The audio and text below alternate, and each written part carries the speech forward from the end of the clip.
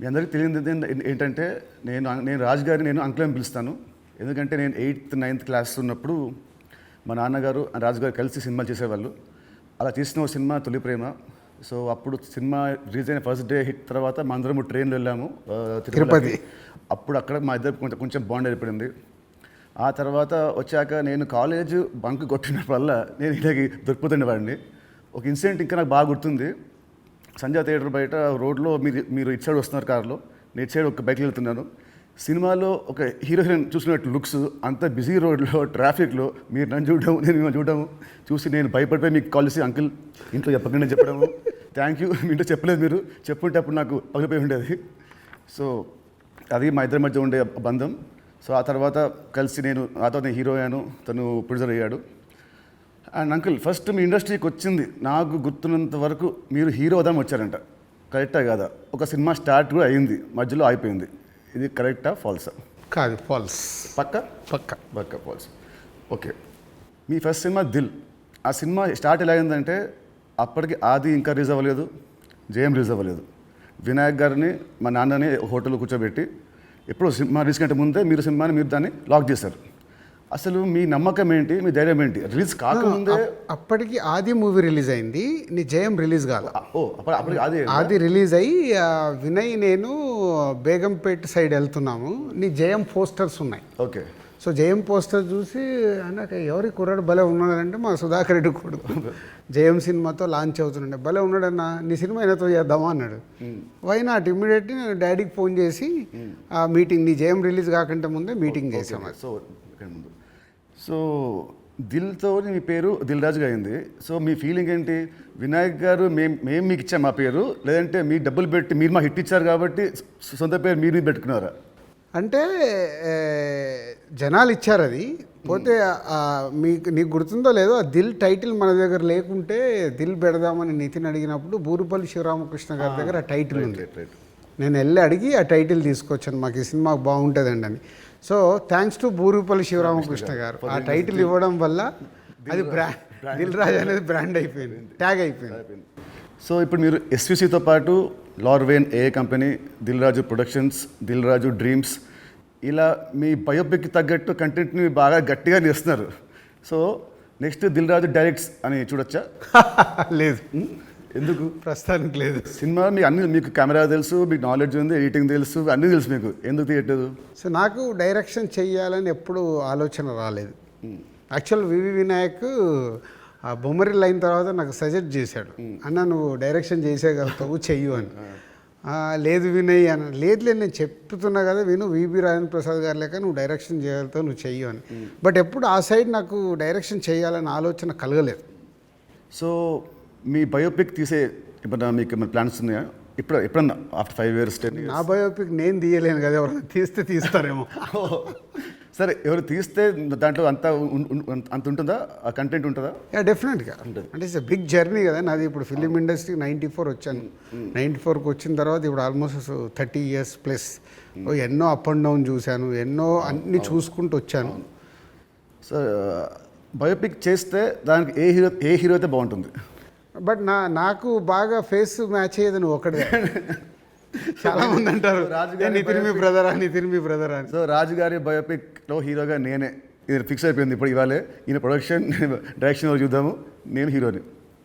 So ఇందాక మీరు చెప్పారు కదా అప్స్ అండ్ డౌన్స్ అన్నారు కాబట్టి ఆ క్వశ్చన్ అడుగుతాను. ఇండస్ట్రీలో చాలా చూస్తే తెలుసు నాకు, బట్ మేజర్గా నాకు గుర్తుండి నేను ఇండస్ట్రీ వచ్చినప్పటి నుంచి మొన్న సంక్రాంతికి ఒక సినిమా మీ ఫ్యాన్స్కి చాలా లాస్ అయింది.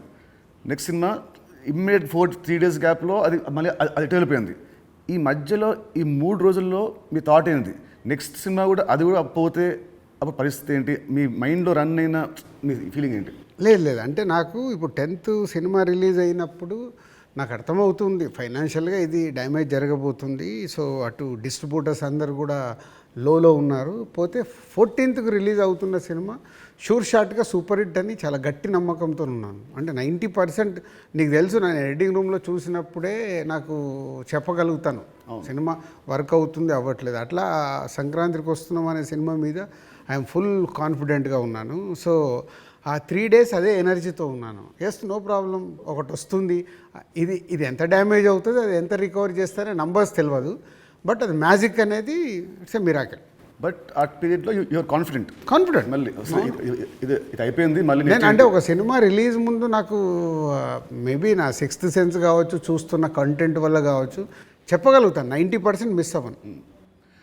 సో దిల్ చేయడం వల్ల మీరు దిల్ రాజు అయ్యారు. బట్ నా దృష్టిలో మీరు బిల్ రాజు. ఎందుకు చెప్తాను. యాక్చువల్లీ చాలామంది ఆడియన్స్ కూడా చెప్పాలి ఇది. మామూలు చూస్తాను లాస్ట్ గత 1 year నుంచి మీ మీద వచ్చే నెగటివ్ ట్రోల్స్ కానీ ఇవన్నీ ఏవో వస్తుంటాయి కదా మామూలు ఆర్టికల్స్ అవి. 2005లో నేను సినిమా వేసాను, రామ్ సినిమా. అది రిలీజ్కి ఫైనాన్షియల్గా మేము చాలా అప్పుడు రిలీజ్కి మేము కొంచెం ఇబ్బందులు ఉండే. అండ్ అప్పుడు మాకు టర్మ్స్ అంతా బాగాలేవు, టర్మ్స్ మనకు. అయినా మీరు వచ్చి ఆ నైట్ ఒక పెద్ద అమౌంట్కి మీరు సైన్ చేశారు. సో టర్మ్స్ బాగాలేనప్పుడే మీరు నాకు హెల్ప్ చేశారు. ఇలాంటివి మీరు చాలామంది హీరోస్కి, చాలా ప్రొడ్యూసర్స్కి, డైరెక్టర్స్కి మీరు చాలా హెల్ప్ చేస్తారు. ఇది నాకు తెలుసు. సో ఈ మధ్య వచ్చి మీరు ఒక సినిమా బొక్కేస్తారంటే అది నాకు I want to clear to audience that ప్రతి సినిమా చిన్న పెద్దలు అందరు హెల్ప్ చేసేవాడు మీరు. అండ్ దీంట్లో చాలా డబ్బులు మీకు చాలామంది వెనక్కి మీకు ఇచ్చారు లేరు కూడా నాకు తెలియదు. బట్ ఈ హెల్ప్ చేసిన ఇంతమంది మీరు కష్టాల్లో ఉన్నప్పుడు వీళ్ళు కూడా మీకు తిరిగి హెల్ప్ చేస్తారని అనుకుంటున్నారా? అంటే బేసిక్గా నా లైఫ్ స్టార్ట్ అయింది ఎక్కడ అంటే నితిన్, నా కాస్ట్యూమ్ కృష్ణ గారికి నేను చాలా స్టోరీలో చెప్పాను. అరుంధతి అనే సినిమా 36 lakhs కొంటే 2 lakhs నేను రిలీజ్ రోజు కట్టలేదు. తర్వాత తీసుకెళ్ళి ఆయన ఫోన్లు ఎత్తకుంటే కూడా నేను పట్టుకొని వెళ్ళి 2 lakhs ఇచ్చి వచ్చాను. తర్వాత వారు నాకు పిలిచి పెళ్లి పందిరి చేసే వరకు వదిలిపెట్టలేదు. నిజంగా పెళ్లి పందిరి అనే సినిమా లేకుంటే ఐఎమ్ నాట్ దే, అసలు సినిమా ఇండస్ట్రీలో నేను లేను అనేది నేను గట్టిగా నమ్ముతాను.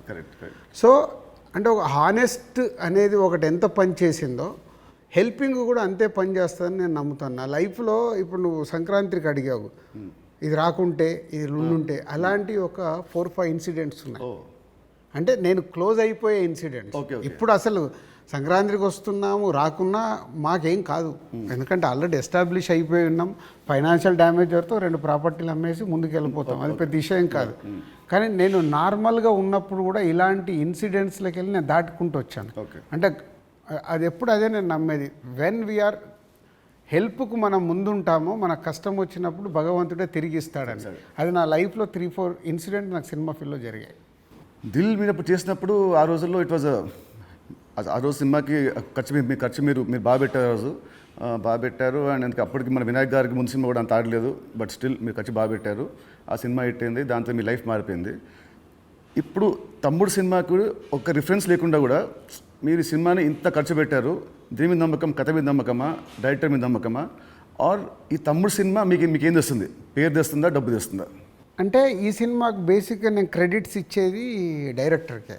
ఎందుకంటే ఎంసీఏ అండ్ వకీల్ సాబ్ తర్వాత ఆయన రాసుకున్న కథని ఇప్పుడు ఉన్న సినారియోలో అంటే ప్రేక్షకుల్ని థియేటర్కి తీసుకొచ్చి ఒక ఎక్స్పీరియన్స్ ఇవ్వాలని ఏదైతే చూశాడో, అందుకే నువ్వు కూడా షూటింగ్లో చూసినావు, ఆయన తీసుకుంటూ వెళ్తుంటే నేను ఎప్పుడు ఆపలా. ఒక డైరెక్టర్ ఏమో అడుగుతున్నాడు, ఎలా అచీవ్ చేయాలి, అది అచీవ్ చేయండి అని చెప్పా. అది అయిపోయిన తర్వాత నేను ఎప్పుడైతే యావిడ్ రూమ్లో సినిమా చూసుకున్నానో అప్పుడు నాకు అది ఎస్, వేణు అడిగింది ఇచ్చాను కాబట్టి ఆయన ఈ సినిమాని ఇవ్వగలుగుతున్నాడని. ఈవెన్ రాత్రి ఇప్పుడు నువ్వు ఒక భయంలో ఉన్నావు, ఎందుకంటే మనం లోలో ఉన్నప్పుడు చాలా భయంలో ఉంటాం. నేను అవన్నీ చూసేసాను. నైట్ నువ్వు నాకు ఫోన్ చేసి ఒక రీల్ చూసేసి ఒక ఎగ్జైట్మెంట్తో ఫోన్ చేసావు. ఎందుకు? అది ఇప్పుడు మనం చూస్తున్నాం, ఒక సినిమా ఇలా షేప్ అయింది, సౌండ్తో ఇలా చూసినప్పుడు ఇలా ఉంది, ఒకటి ఉంటుంది కదా, అదే ఎగ్జైట్మెంట్. అదే నన్ను తమ్ముడికి ఎంతైనా ఆలోచించకుండా డైరెక్టర్ అడిగినట్టు చేయమని చెప్పాను.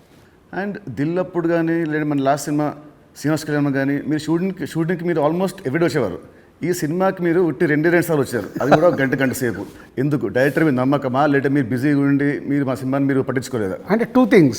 ఇప్పుడు అనిల్ రావిపూడి కానీ, వంశీ పైడిపల్లి కానీ, అలాగే ఇప్పుడు శ్రీరామ్ వేణు కానీ, అంటే నాతో వాళ్ళందరికీ big journey, number of movies చేస్తున్నాం. అంటే వాళ్ళ వేవ్ లెంత్ ఏంటో నాకు తెలుసు.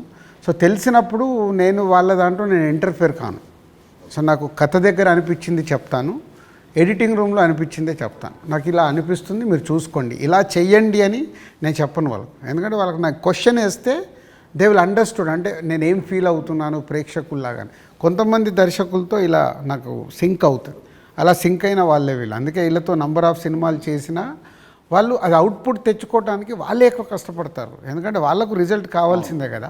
సో నేను ఇప్పుడు శ్రీనివాస కళ్యాణం ఉంది, ఇప్పుడు శతమానం భవ తర్వాత శ్రీనివాస కళ్యాణం చేస్తున్నాను కాబట్టి ఫుల్ టైం సో అక్కడే ఉండి ఎలా తీయాలి ఏంటి, సో ఏదైనా తప్పు జరుగుతుంటే కూడా సతీష్కు చెప్పి కరెక్ట్ చేయడం.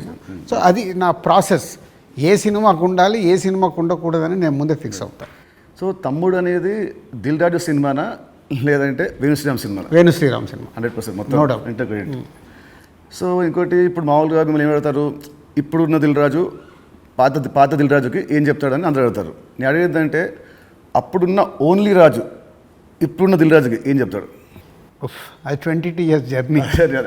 అంటే అంటే సినిమా అంటే సినిమా నీకు మనకు అండర్ ప్రొడక్షన్లో ఉన్నప్పుడు షూట్ జరుగుతున్నప్పుడు నీకు దుబాయ్లో సాంగ్ చేస్తుంటే సడన్గా బైక్ స్కిడ్ అయ్యి నీ కాలు పైన పడింది. కాలు పైన పడితే మధ్యాహ్నంకి వెళ్ళి షూటింగ్ ఆపేసాం. అది నాకు ఫస్ట్ ఫిలిం. షూటింగ్ ఆపేసిన తర్వాత చిన్న నీకు ఎయిర్లైన్ ఫ్రాక్చర్. వినాయక్ ఇక్కడ ఉన్నాడు, నెక్స్ట్ ఠాగూర్ సినిమాలో బిజీగా ఉన్నాడు. అన్న మీరు వెళ్ళి సాంగ్స్ తీసుకొని రండి అన్నాడు. నీకు ఎయిర్లైన్ ఫ్రాక్చర్ అయ్యి మన హోటల్కి వెళ్ళిన తర్వాత ఇంకా మనం నెక్స్ట్ డే షూటింగ్ చేయడానికి స్కోప్ లేదు, ప్యాకప్, అందరు రిటర్న్ వెళ్ళిపోవాలి. సో అప్పుడు లక్ష్మణ్ అంకులు శిరీష్ అంకులు టెన్షన్లో ఉన్నారు. నేనేమో వెళ్ళిపోయి పడుకున్నాను. పడుకొని 4 o'clock లేసేసి శంకర్ మాస్టర్ డోర్ కొట్టి, మాస్టర్ రేపు నైట్ వెళ్ళిపోవాలి, నీకు ఇప్పుడు 2 పాటలలో ఏమేమి బ్యాలెన్స్ ఉన్నాయో ఒక్కసారి లిస్ట్ రాయని 6 గంటల వరకు కూర్చొని ఆయనతో రాపిచ్చి, ఇవి నితిన్ కాలు కింద పెట్టకుండా నువ్వు ఎలా మేనేజ్ చేయగలుగుతావు అంటే శంకరు నేను మళ్ళీ డిఓపిని పిలుచుకొని మేము కూర్చొని డిజైన్ చేసాం. డిజైన్ చేసి మీకు చెప్తే మీరు అందరూ ఏంటి షూటింగ్ ఉందా ఎలా చేస్తారు అంటే ఇలా చేయబోతున్నాం, విల్ ఫినిష్ నెక్స్ట్ 2 days అని నీ కాలు కింద పెట్టనివ్వకుండా 2 రోజులు షూటింగ్ చేయించా కూర్చొని స్టాండింగ్. అంటే నా మొదటి సినిమా నాకు ఆ సిచ్యువేషన్ అలాంటిది. ఆ రోజు 2 రోజులు షూటింగ్ ఆగకుండా చేసుకొని వచ్చి రిలీజ్కి ముందు మళ్ళీ ఆర్ఎఫ్సికి వెళ్ళి ఆ బ్యాలెన్స్ షాట్లని 2 పాటలు తీసి మ్యాచ్ చేసాం. అంటే అది నా ప్యాషన్. అంటే మొదటి సినిమాలోనే నేను ఒక సమస్య వస్తే దాన్ని జాగ్రత్తగా హ్యాండిల్ చేసుకొని సినిమాకి ఎలాంటి డ్యామేజ్ జరగకుండా చేయగలిగా. అదే మామూలు రాజు నుంచి దిల్ రాజుగా షిఫ్ట్ అవ్వడం. అంటే నాట్ ఓన్లీ దిల్, ఇలాంటి సో మెనీ ఫిలిమ్స్కి సో మెనీ ఎప్పుడు వస్తూనే ఉంటాయి. అవన్నిటిని జాగ్రత్తగా హ్యాండిల్ చేసుకుంటే 58 సినిమాలకు రీచ్ అయ్యాను. అదే ఫస్ట్ సినిమా దిల్లప్పుడు కూడా మీ అన్నింటిలో మీరు చాలా మీరు ఇన్వాల్వ్ అయ్యారు. ప్రతి దాంట్లో స్టోరీల నుంచి సీన్స్ నుంచి కొన్ని సీన్స్ మీకు నచ్చకుంటే మీరు వినాయక్ మీరు చెప్పలేకపోతే మీరు నా చెప్పేవాళ్ళు, నితిన్ చెప్పా ఈ సీన్ బాగా గుర్తున్నా దాంట్లో ఉంటుంది ఒక ఎపిసోడ్, ఒకటి టాలీగట్ ఎపిసోడ్ ఉంటుంది ఒకటి, అది సినిమా లేదు. సో అది సో మీ ఉత్సాహాన్ని చూసే సుకుమార్ గారు సినిమా రైటర్ కదా, ఆయన పెట్టాడు సినిమాలో ఒక డైలాగ్ వస్తుంది, మై నేమ్ ఇస్ రాజు అంటే ఒకటి వచ్చి ఎందుకంత ఫోజు మిమ్మల్ని చూసే పెట్టాడు డైలాగ్, గుర్తున్నది బోర్డు మీద రాస్తాడు. సో 2003 రాజుగారి దగ్గర ఉన్నదేంటి, ఇప్పుడు రాజుగారి దగ్గర లేనిదేంటి? ఉన్నది 2003కి ఇప్పటికి ఉన్నది. సినిమా అంటే అవలీలగా ఎక్స్పీరియన్స్తో పాటు వచ్చిన ఎక్స్పీరియన్స్తో పాటు సో ఈజీగా ఎలాంటి సిచ్యువేషన్ అయినా హ్యాండిల్ చేసే కెపాసిటీ అండ్ సినిమా పైన ఇంకా అవగాహన ఉంది. ఇది సాధించాను. లేనిది 2003 నుంచి 2010 వరకు ఒక్కొక్క సినిమా తీస్తూ ఒక్కొక్క కొత్త డైరెక్టర్తో జర్నీ చేస్తూ అద్భుతమైన జాబ్ సాటిస్ఫాక్షన్తో జర్నీ చేశా. 2014 తర్వాత అంటే ఆ పీరియడ్ తర్వాత నంబర్ ఆఫ్ ప్రొడక్షన్స్కు షిఫ్ట్ అయిపోయి సో దాన్ని ఎంజాయ్ చేయలేకపోతున్నా. అది ఇప్పుడు లేదు, ఆ ఎంజాయ్మెంట్ లేదు. Job satisfaction enjoyment job satisfaction ఉంది, ఎంజాయ్మెంట్ అంటే మార్నింగ్ 7కు నేను లొకేషన్కి వెళ్ళిపోయి ఈవినింగ్ ప్యాకప్ వరకు ఉండి మళ్ళీ వచ్చి నెక్స్ట్ డే సీన్ గురించి వెళ్ళి ఆఫీస్లో కూర్చొని 10 వరకు కూర్చొని అదొక ఎంజాయ్మెంట్ నాకు. I'm missing that. ఇప్పుడు ఆడియన్స్ సినిమా థియేటర్కి చెప్తారు మామూలు ఇప్పుడు ఆడియన్స్ ఇప్పుడు ఎక్కువ రావట్లేదు, అది ప్రొడ్యూసర్గా ఏం చేయాలో మీరు చెప్తున్నారు. ఫర్ అ చేంజ్ మీరు హీరో అయితే హీరోగా మీరు ఆడియన్స్ థియేటర్ రావడానికి మీరు ఏం చేస్తారు? ప్రొడ్యూసర్గా చెప్తున్న దిల్ రాజు చెప్తున్న అన్ని పాయింట్స్ని నేను నితిన్ ప్లేస్లో ఉంటే నేను ముందడిగేసి అరే ఇవన్నీ ముందు మొదలు పెడదామని మొదలు పెడతాను. సరే, దిల్కి అండ్ తమ్ముడికి ఈ మధ్యలో మీరు నా ఏమంటారు నా పర్ఫార్మెన్సా నాలో చూసిన చేంజ్ ఏంటి, మార్పు ఏంటి, ప్లస్ అండ్ మైనస్? ప్లస్లు చాలా నువ్వు అప్పటికి ఇప్పటికీ ఏంది న్యాచురల్గా ఒక 22-23 ఇయర్స్ నువ్వు యాజ్ యాక్టర్గా ఇక్కడ వరకు జర్నీ చేసావు. అంటే నాకంటే సీనియర్ నువ్వు యాక్చువల్ 1 ఇయర్ సీనియర్. నేను 2003లో ప్రొడ్యూసర్ని అయ్యా, నువ్వు 2002లోనే హీరో అయ్యావు. అంటే నాకంటే 1 ఇయర్ సీనియర్. సో నీకున్నది ఆ ఎక్స్పీరియన్స్ వచ్చింది ప్లస్. సో ఆ ఎక్స్పీరియన్స్తో నేను ఎలా హ్యాండిల్ చేస్తున్నానో థింగ్స్ని హ్యాండిల్ చేయగల కెపాసిటీ వచ్చింది, మేనేజ్ చేయగలిగే కెపాసిటీ లేనిది. అంటే 23 సంవత్సరాలలో నువ్వు అంటే ఇప్పుడు ఒక దిల్ రాజుగా నేను నీకంటే జూనియర్ని 1 ఇయర్ని సాధించుకుంటూ ఒక టాప్లోకి వచ్చా. నితిన్ని నేను అలా ఊహించా. నేను దిల్ సినిమా చేస్తున్నప్పుడు, ఆర్యా సినిమా చేస్తున్నప్పుడు బన్నీని, దిల్ సినిమా చేస్తున్నప్పుడు నిన్ను, అంటే వీళ్ళు నాకు ఫ్యూచర్ స్టార్స్ అని ఊహించా. కానీ నువ్వు ఆ మార్క్ అచీవ్ చేయలేకపోయావు, నువ్వు కోల్పోయింది అదే అనేది నా ఫీలింగ్. ఇప్పుడు తమ్ముడితో నాకు మళ్ళీ వస్తుందనుకుంటారా ఆ పూర్వ వైభవం? తమ్ముడితో సక్సెస్ఫుల్ హీరోగా వస్తావు, కానీ ఇది సరిపోదు. ఎల్లమ్మతో కొట్టాలి. సో దిల్కి సీక్వెల్ చేసే ప్లాన్ ఏమైనా ఉందా? ఎందుకంటే అదొక మంచి బ్రాండ్ వాల్యూ. మళ్ళీ వినాయక్ గారితో నాతో దిల్ పార్ట్ 2 అంటే అప్పుడు ఫాదర్ క్యారెక్టర్ నువ్వు వేయాలి, కొడుకు క్యారెక్టర్ నువ్వు వేయాలి. ఉంది కదా, ఇలాగ సినిమాలో ఉంది కదా, ఇచ్చాం కదా మనం లీడ్. కరెక్ట్, సినిమాలో మనకు లీడ్ ఉంది, మనకు లీడ్ ఉంటుంది. అది వేసుకొని లాస్ట్ సీన్ అదే ఉంటుంది, ప్రకాష్ రాజ్ గారిది ఫోటో మీదకి వెళ్ళి రివీల్ చేస్తే అలా చేయాలి. అప్పుడు 1 వర్డ్ ఆన్సర్స్ కావాలి. 1 వర్డ్ ఆర్ 2 వర్డ్స్, మీ ఇష్టం. 1-2 వర్డ్స్ ఆన్సర్స్. మీకు చెప్తాను కొన్ని పేరు వినగానే మీకు వచ్చే ఫస్ట్ మీ థాట్స్. పవన్ కళ్యాణ్ గారు is my star. Mahesh Babu గారు. మహేష్ గారు మా ఇద్దరికి ఒక తెలువని అండర్లింక్ ఉంటుంది. ప్రభాస్ గారు ఈజ్ మై డార్లింగ్. ఎన్టీఆర్ గారు మై నాన్న. నాన్న అని పిలుస్తాను నేను. ఓ అదేంటి ఆ లింక్ ఏంటి? అది అప్పుడు తారక్తో డిస్ట్రిబ్యూటర్గా ఉన్నప్పుడు క్లోజ్నెస్ ఉండి బృందావనం చేస్తున్నప్పుడు అప్పటికి కొడాలి నాని గారు వీళ్ళందరూ తారక్తో ఉండేవాళ్ళు. వాళ్ళందరూ నాన్న నాన్న అని పిలిస్తే నాకు అది ముద్దుగా అనిపించేది. అంటే నాకు ఈ అవకాశం ఉంది కదా అని అప్పటి నుంచి నేను కంటిన్యూ. తారక్ నన్ను అన్న అంటాడు, నేను నాన్న అంటాడు. బాగుంది. Charan garu his megastar son. So ఒక సినిమా అంటే ప్యాషన్గా మెగాస్టార్ సన్ అయినా ఎదుగుతూ వచ్చిన is a star hero. Allu Arjun garu. Bunny is my brother. Next Sirish Reddy garu. Sirish అందరికీ తెలిసింది మై బ్రదర్. పోతే మా ఇద్దరికి సినిమా దాంట్లో ఎప్పుడు ఒక కాన్ఫ్లిక్ట్లో ఉంటాం. అవునా? ఓకే. అంటే ఆలోచన విధానంలో కాన్ఫ్లిక్ట్గా మాట్లాడుతుంటాం, బట్ కన్క్లూడ్ చేస్తాం, రిజల్ట్ ఉంటుంది మాకు. About Venu Sriram. Venu is my boy. Thammudu సినిమాని 3 ముక్కలో చెప్పాలంటే Thammudu, what is Thammudu for you? Nithin నాకు తమ్ముడు, వేణు నా తమ్ముడు. తమ్ముడు సినిమా మీకు పేరు తెస్తుందా, మీకు డబ్బు తెస్తుందా? ఫస్ట్ పేరు తెస్తుంది, తర్వాత నేను పెట్టిన డబ్బు తెస్తుంది, ఇంకా అద్భుతాలు జరిగితే లాభాలు తెస్తుంది. సో July 4th సినిమా వస్తుంది తమ్ముడు. సో ఆడియన్స్కి మీరేం చెప్తారు? ఎస్, అన్ని ఇంటర్వ్యూలలో చెప్తున్నట్టే. సో ఈ సినిమా, ప్రతి సినిమా అందరికీ ఇంపార్టెంటే. ఈ సినిమా వేణు శ్రీరామ్, సో ఎంసీఏ వకీల్ సాబ్ తర్వాత బెస్ట్ సినిమా, ఆడియన్స్కి ఒక ఎక్స్పీరియన్స్ సినిమా ఇవ్వాలని చాలా కష్టపడి అవుట్పుట్ ఒక రేపు ఎక్స్పీరియన్స్ ఇవ్వబోతున్నాడు అవుట్పుట్తో. సో అది నో డౌట్. సో దిల్ రాజుగా నాకు సంక్రాంతికి వస్తున్నాం ఒక బ్లాక్ బస్టర్ అయితే, దాని తర్వాత మా బ్యానర్ నుంచి వస్తున్న వెంకటేశ్వర క్రియేషన్ నుంచి వస్తున్న ఒక మంచి సినిమాతో దిల్ రాజు మీ ముందుకు తీసుకొస్తున్నాడు ఈ సినిమాని. ఇది నాకు సక్సెస్తో పాటు ఒక ఎనర్జీని ఇస్తుంది. బట్ నితిన్కి ఇది సక్సెస్ చాలా అవసరం. సో ప్రాపర్గా సినిమాని మీకు నచ్చే విధంగా రెడీ చేసి మీకు తీసుకొస్తున్నాం. July 4th మీరు థియేటర్కి రండి, ఫ్యామిలీస్తో వచ్చి మీరు ఎంజాయ్ చేస్తారు సినిమా, అది నా ప్రామిస్. ఎంజాయ్ చేసిన సినిమాని బయటికి వెళ్ళిన తర్వాత మీరే చెప్తారు ఒక వావ్, అంటే నితిన్కి ఒక కొత్త సినిమా, కొత్త అప్రోచ్. ట్రైలర్ కంటే ముందు తమ్ముడు వేరు, ట్రైలర్ వచ్చిన తర్వాత నితిన్తో ఇలా తీశారా సినిమా అన్నారు, అది ఫస్ట్ పాయింట్. అలాగే తమ్ముడు అని టైటిల్ పెట్టుకొని ఏ సర్టిఫికేట్ తీసుకున్న దిల్ రాజు.